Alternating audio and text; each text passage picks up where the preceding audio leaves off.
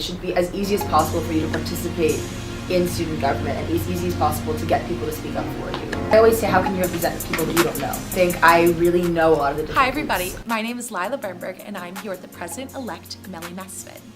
So today we're just going to hear a little bit more about her and really just get to hear what she has to say. So to start, I'm very involved with the Pro Humanitate Institute. I currently serve, and for the last 2 years have served as the Social Justice Incubator executive member in different capacities, but we kind of just work to connect different communities on campus so that they can work together and look at intersectional avenues that we can take for social justice.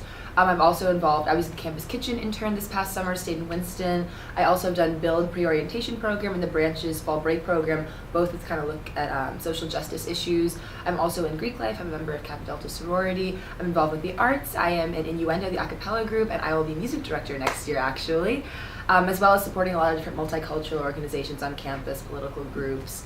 Kind of have my toe in a bunch of different pools. And so how would you say those experiences have influenced you and your reasoning for running for president? Yeah, so honestly those experiences that I've had are the entire reason that I've decided to run, because I think I got to, through by way of formal organizations that I've been a part of and also just communities I've supported, seeing a lot of different sides to Wake and seeing a lot of the different ways that you can be a demon deacon, which might sound kind of cheesy, but it's true, there are a lot of different ways. So what are your plans for next year? So kind of bringing it back to my platform a little bit, which is what I ran on, it kind of has 3 pillars. The first one is a more representative student government. So my goal with that is to encourage people within student government to engage more with their other organizations that they're a part of and see how can I bring student government into this? How can I make the problems that are going on in this group something that I can solve in a different way? The second pillar to my platform is diversity and true inclusion, because at Wake Forest I think a lot of times we tout the diverse students that we have here, but we don't often think about, well, what do we need to do to actually make them feel included and make them feel like they're a part of this community. So I want to do that in a lot of different ways. I want to work with Dr. V in the Office of Diversity and Inclusion and work on reforming the way that we have our bias reports handled, making sure the students actually feel like they're being heard.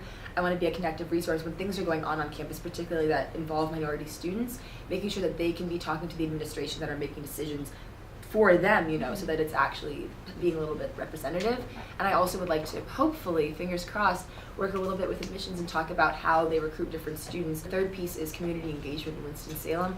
I want to work on not only building relationships with the other universities in town, but the community at large, working with different companies and organizations. Really be able to broaden that perspective, I think will allow us as students to grow. How do you plan on enacting your 3 pillars? So I think the very first thing is within student government, making sure that people feel empowered to do what they want to do, right? Because as many communities that I've been a part of, there are obviously going to be a number that I haven't seen and I haven't experienced, and that people in student government will have been a part of those communities. And I want to empower them to say, like, you know, have a little bit of agency. Look, go into your communities with the active, what can we do kind of mindset. So I think part of it's going to be an internal change, shifting the mindset of senators.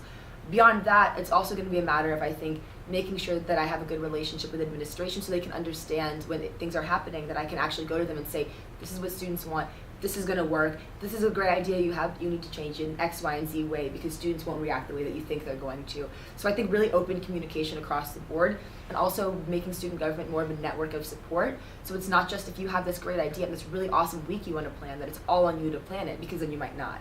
Making it so that people actually feel supported by the people around them, which in part is going to be individual relationship building, but also professionally. So I think that's really important. And also heavily publicizing what student government does and trying to make myself really more of a resource. I know we always have office hours, but making sure that's more known, making sure that I'm in a place where people can actually talk to me, and basically making it as easy as possible for people who are not in student government to connect and get their voices heard. What was the most surprising thing you encountered during your campaign? Oh man, there were so many things that were surprising. I think one thing that was the most pleasantly surprising was seeing how many people were saying the same things as I was and felt the same way. People that, you know, obviously I talked to my friends before running and they were all on the same page saying, I think it'd be great to have someone who's had these diverse range of experiences on campus to be in office, but I think I was nervous that other people would say, well, because you haven't had student government experience, that you don't have the experience in general. So I think was really awesome to me, not just about winning, but about the campaign, was seeing people who, in a leader, the thing that they valued the most was willingness to connect, an experience, and an understanding of who they are. Because to me, that kind of gives me the reassurance that people who are voting for me then are people who want similar things, who see similar things for the school. Because I think Wake, it can be really easy to get caught up in a dominant narrative, which sometimes can be clouded by apathy. But I think seeing this, so many people who are not involved with student government really get involved. Is there anything that you would like to say to the student body here on campus? Yeah. So I am so honored to have been selected to be the student body president for next year.